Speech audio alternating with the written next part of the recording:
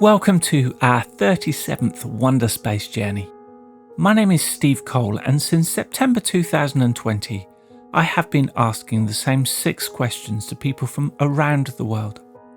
The questions revolve around life and wonder, places of reset and stories of hopefulness. This week our orbit will take us over cities such as Bangalore in India and Dhaka in Bangladesh. And to experience these views with us, in this ultimate window seat, we welcome award-winning photojournalist Hazel Thompson. Hazel has taken up assignments in over 60 countries for media organisations, NGOs and international companies. Since 2002, Hazel has also invested much of her life into documenting the disturbing truth around India's subculture of sex trafficking. Hazel also works with Stories for Change, who have captured the stories of people who have experienced homelessness in the UK. The full-length interview with Hazel can be found on the Wonderspace podcast, which you will find on our website and on most podcast platforms. For this shortened video orbit, Hazel answers 3 of our 6 questions, and I start by asking, from this window seat, which place, city or country would you want us to fly over, and why?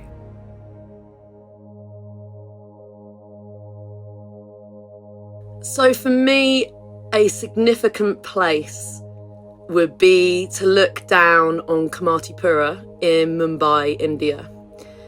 And I'd love to see it firstly from a space perspective. Kamatipura is the red light district of Mumbai. It's one of the largest red light districts in the world, actually, but in Asia. And this is a place that I've left part of my heart and is a place I would call home as well, which doesn't really make sense because my life is so different from life in Kamatipura. But Kamatipura, I spent 11 years since 2002 going there and documenting the red light district and the realities of life in the red light district and the lives of the women and children who live there. And I tracked some girls' lives for over 11 years and then actually spent then another year putting a book together. So for 12 years of my life, Kamatipura was very much part of my life and still is. It's still very much in my heart. But I say I've left a bit of my heart there.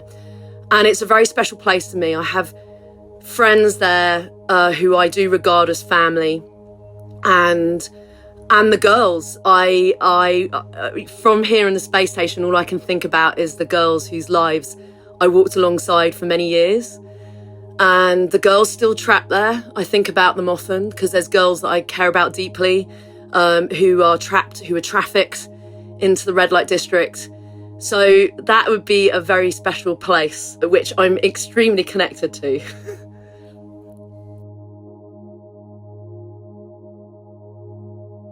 So I grew up in a small village.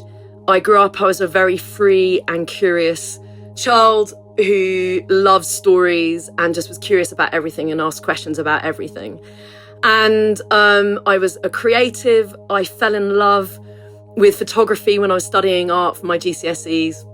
I photographed things for my preliminary studies and literally had a love affair with a camera and started photographing everything. And I've ever since had a camera on my shoulder and I've been telling stories. Now I'm a filmmaker as well. But I now describe myself as a nomadic storyteller with a heart for justice. But it very much came out of who I was as a child. I got work experience when I was leaving school at a local newspaper, this newspaper called the Croydon Advertiser in the south of London. Incredible space to learn in. I got to learn really, grassroots of journalism there. It had some good stories, but have some hard news stories to fluffy stories, but that's where I learned. And then I got mentored by a well-known photojournalist called John Downing, who covered every war since Vietnam. And he took me under his wing and he really opened up the doors to the nationals. And then I started a few years later working for the internationals. And I've been very lucky. I've got to work for my dream publications.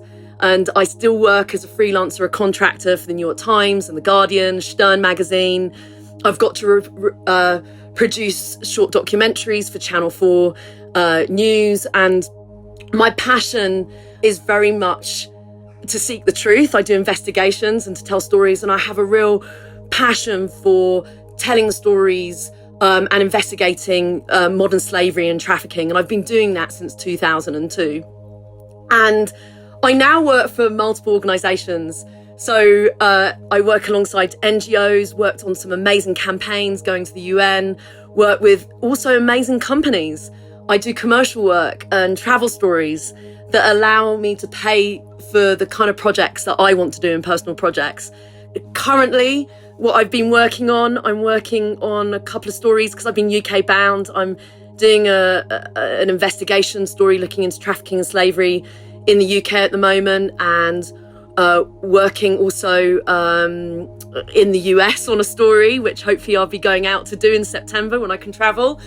I actually, out of the lockdown, have been developing my own podcast series called Beyond the Story, where I have gone back and been interviewing the incredible individuals, the unknown heroes who I've met over the last 20 years, stories that I maybe didn't get to tell at the time. And for the last couple of years, been working with an incredible team called Stories for Change. And we've been doing a series looking at homelessness in the UK and really trying to break the stigma and myths of homelessness and allowing people to share their stories. It's just raw, honest stories. And that's been from traveling around the world to really see what's happening in the UK closer up has been an incredible thing.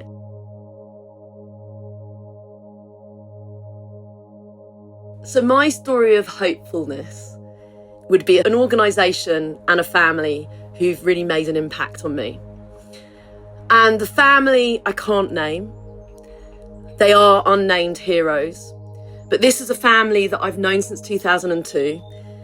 One of the sons was my main fixer, who basically was my protection, my translator. We did everything together in the red light district in Mumbai.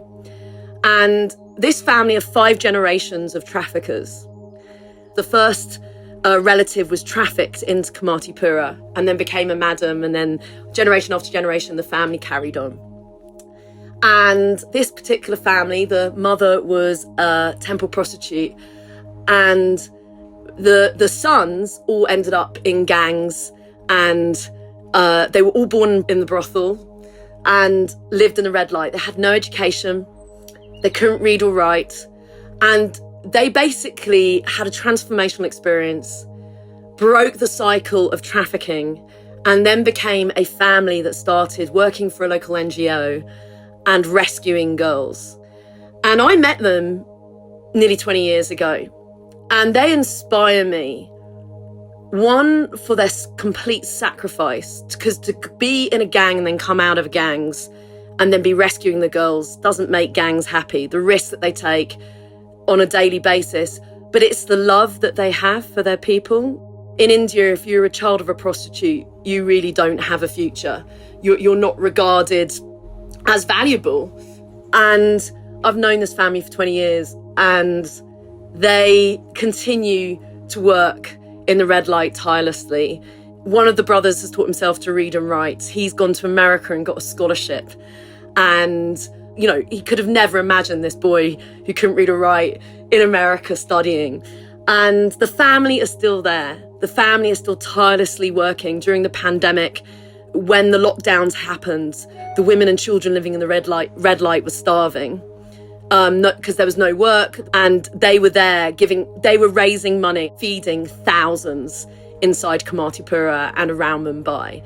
And it's this family that inspire me and remind me that anything is possible if you just believe. And it's just about loving people well. And it's also not about a big shiny organisation. It's just a family going out there and making a difference to the area they grew up in, and loving people really well. And then an organisation I'd like to name who've inspired me would be a charity called Women for Women International UK. And I love what they do because, you know, as a news person, you go into a war zone, and, you know, war when it's happening is very much in our hearts, in our minds. People respond. But often people don't know what's happening 5 years later, 10 years later, and it takes generations to rebuild a country after a war. And I love this organisation because they go back in and they help the women rebuild their lives. They train them, they find the ones that have the least, the ones who are widowed, the ones who are really struggling, and literally help rebuild nations, war-torn nations, through the lives of the women. And that inspires me because it's long-term hard work, and working with them as an organisation has been quite life-changing in hearing the stories of the women they work with.